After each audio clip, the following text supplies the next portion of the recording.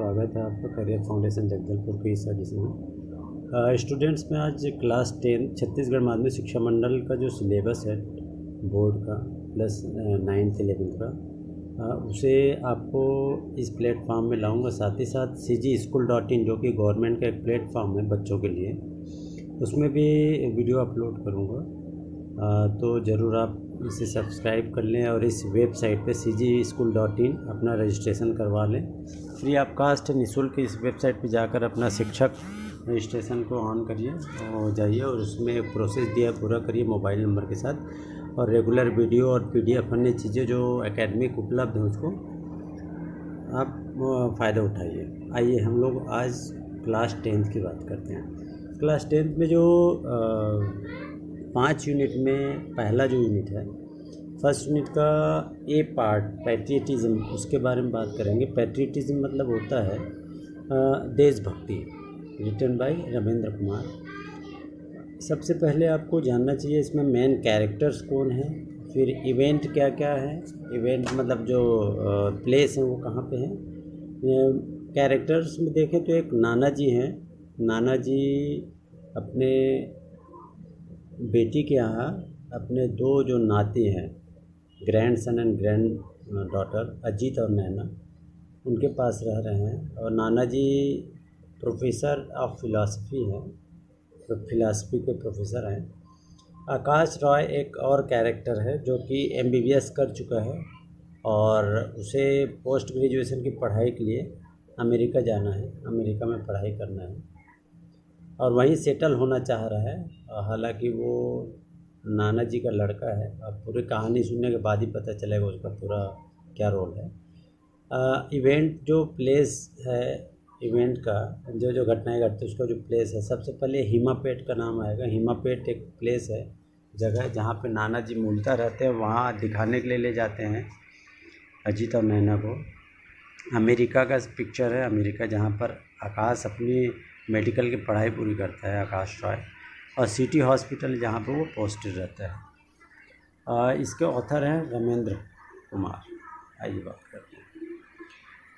Patriotism की कहानी शुरू होती है अजीत के सवाल से। अजीत अपने नाना जी से सवाल करता है, नाना जी व्हाट इज़ पैट्रियटिज़म, पैट्रियटिज़म आखिर है क्या।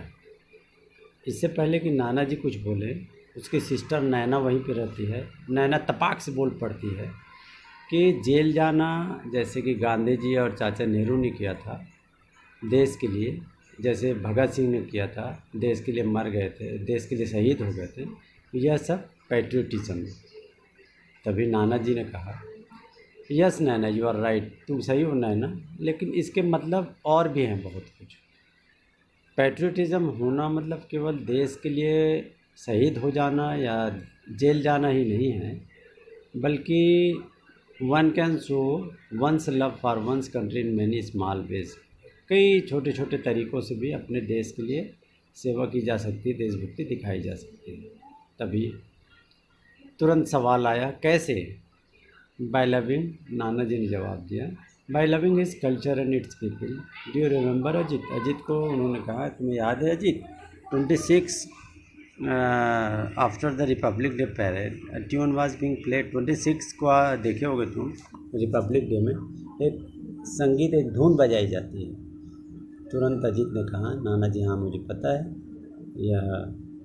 Do you know what is the tune, पूछते हैं नाना जी। नैना का जवाब था, जानते हाँ नाना जी, वो जो ट्यून है वो होता है नेशनल एंथम का, जन गण मन, ये जो नेशनल एंथम उसका ट्यून होता है। नाना जी खुश हो गए, good, but do you know why I got up and stood to attention. जानते हो क्यों खड़े हो जाते हैं सावधान की मुद्रा में। नहीं नाना जी, नैना ने कहा। तभी नाना जी समझाते हैं उसे कि हम नेशनल एंथम को रेस्पेक्ट करने के पर्पज़ से उस यह करते हैं, खड़े हो जाते हैं। लेकिन दुर्भाग्य की बात है कि कई जगहों पे ऐसा नहीं होता है, कुछ ही लोग इसको पालन करते हैं।